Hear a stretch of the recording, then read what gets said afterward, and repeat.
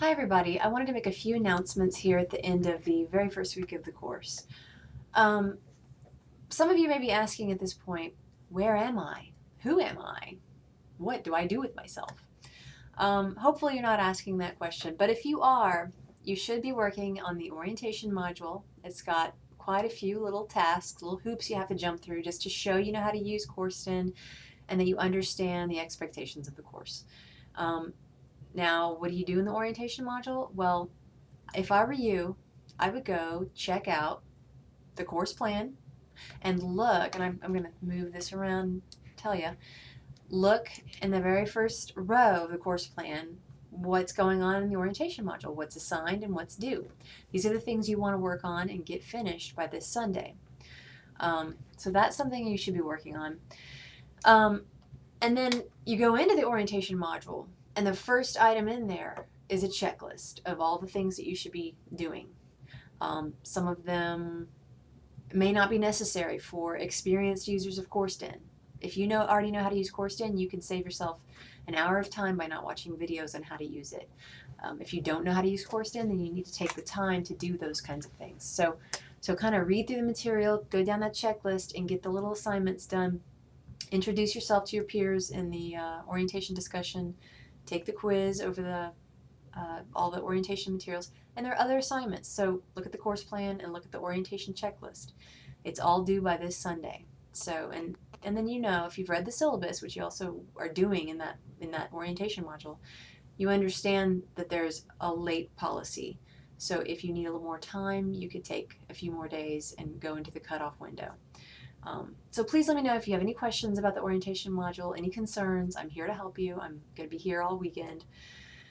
Okay, so item number 2, the Galileo password. Now, we don't really use Galileo a lot in this class, but if you do use it, just know the password's changed. Look at the home page of Coursed-In. I've conveniently placed it there at the very bottom, like in the yellow rectangular box.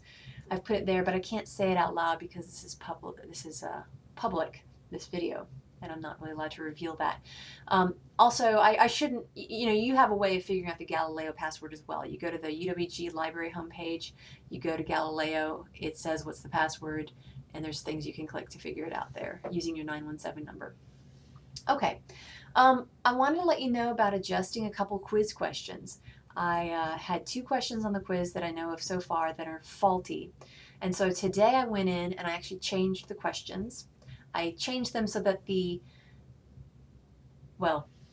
let's just say that if you look below this video in the message under item number 3, I list out the question that I changed. I put the answer that is now correct, and so that information is there for you. I apologize for any confusion about that. The answers were mostly correct in the quiz, but a few things changed this semester, and unfortunately I did not change the quiz appropriately. So I'm sorry for any stress that may be causing you worrying about losing points or having to retake that thing again. Now, what I'm doing for you so that you don't have to retake it again, you can just put it aside, you're finished with it, is I went ahead and I created a new, kind of almost like an assignment, but it's not an assignment. I created a column in the gradebook called O Quiz plus 2. That stands for Orientation Quiz plus 2. And what I did was I just went in and put plus 2 in for everybody. And that's actually more points than you should get for 2 questions on that quiz. So just rest assured that you're not losing any points for the flaws on my quiz.